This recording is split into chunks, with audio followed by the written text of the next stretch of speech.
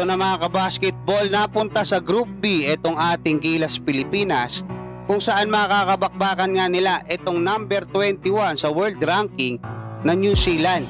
At bakit ba tiwala si Coach Tim Cone na walang magiging problema sa pag-a-adjust itong 5 bagong players ng ating Gilas Pilipinas? At Kai Sotto pinangunahan ang Best Blacks sa ginanap na FIBA World Cup, kasama pa nga etong si Renz Abando. Pero bago yan, hihingi lang ako ng isang matamis na like bilang pampagana. Dito nga sa ginanap na draw mga kabasketball, sa kakatapos lang na Doha Qatar FIBA Asia Cup 2025 qualifiers draw, ay napunta nga sa Group B etong ating Gilas Pilipinas, kung saan kabilang nga etong rank 21 sa world ranking na New Zealand. Ang kupunan na wala pa tayong naipapanalo kahit isang beses pagdating dyan sa FIBA stage mga kabasketball, sa all levels sa under 18, under 16, wala pa po tayong naipapanalo sa kanila.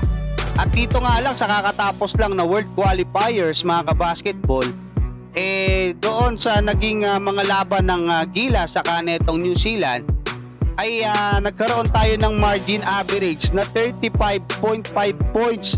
Tambakan tayo palagi mga kabasketball.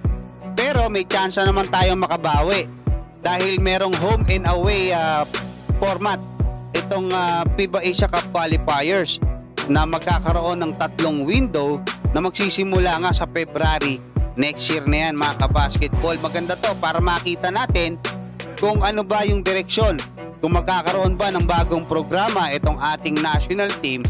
At kasama nga natin dito itong Chinese Taipei at Hong Kong. Pero bakit nga ba kumpiyansa itong si Coach Tim Cone na walang magiging problema dito nga sa pagpasok ng 5 players, bagong players ng ating Gilas Pilipinas? Sa report nga ng Thai Baker Times mga kabasketball, ay sinabi ni Coach Tim Cone na wala kasing magiging problema dyan, kasi unang-una nag-uugat daw yan sa familiarity. Especially si Chris Ross, si Marcio Lassiter, si Arvin Tolentino at si CJ Perez, parte sila nung doon sa Southeast Asian Games kung saan nakuha nga natin yung ginto diyan sa Cambodia, kung saan etong si Coach Tim Cone din ay parte ng coaching staff. So matindi. Actually sabi niya nga dito, kahit hindi niya nga raw masyadong ginagamit doon yung triangle system, ngayon gagamitin nila itong triangle system. Pero sabi niya, yung depensa, pagdating sa defensive philosophy sa sistema, alam na nila yan. So doon lang sa opensa magkakaroon ng konting adjustment, kasi mga veterano na yan alam na nila yan mga kabasketball. Si Arvin Tolentino naman mga kabasketball, may experience na sa triangle offense yan, sa triangle system yan nga sa FEU. Habang si Kevin Alas ay kahit nga bago talaga dito nga sa Gilas Pilipinas, hindi naman nangangamba etong si Coach Tim Cone kasi mabilis daw pumick up etong si Kevin Alas. Patungkol naman mga kabasketball dito sa inilabas na best place o best blocks ng FIBA World Cup, ito yung lahat ng mga plays na to, yung pinakamagagandang blocks mga kabasketball.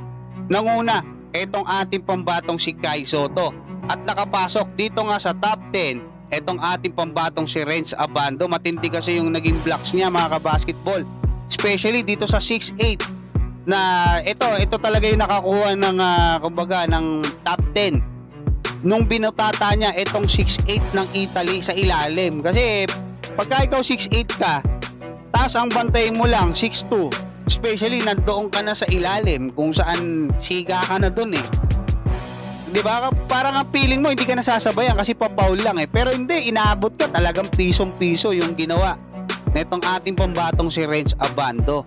Patungkol naman dito sa ating pambatong si Kai Sotto, ilang beses niyang binutata etong dating NBA player mga kabasketball. Kung hindi niyo napapansin, 3 sunod to 3 butata yung pinakawalan ni Kai Sotto rito. Una, nag-drive Pangalawa, ito kala mo hindi na butata, pero butata yan, manipis lang. Kaya pansin niyo yung tama sa board, medyo pagulong na epektos na.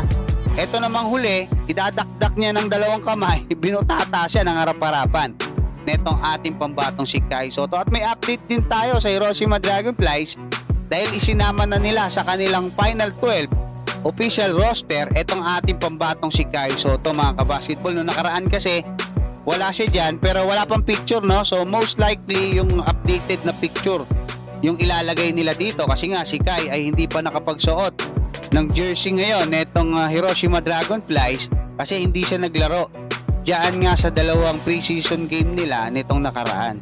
Hanggang dyan mga kabasketball, maraming salamat at God bless sa inyong lahat.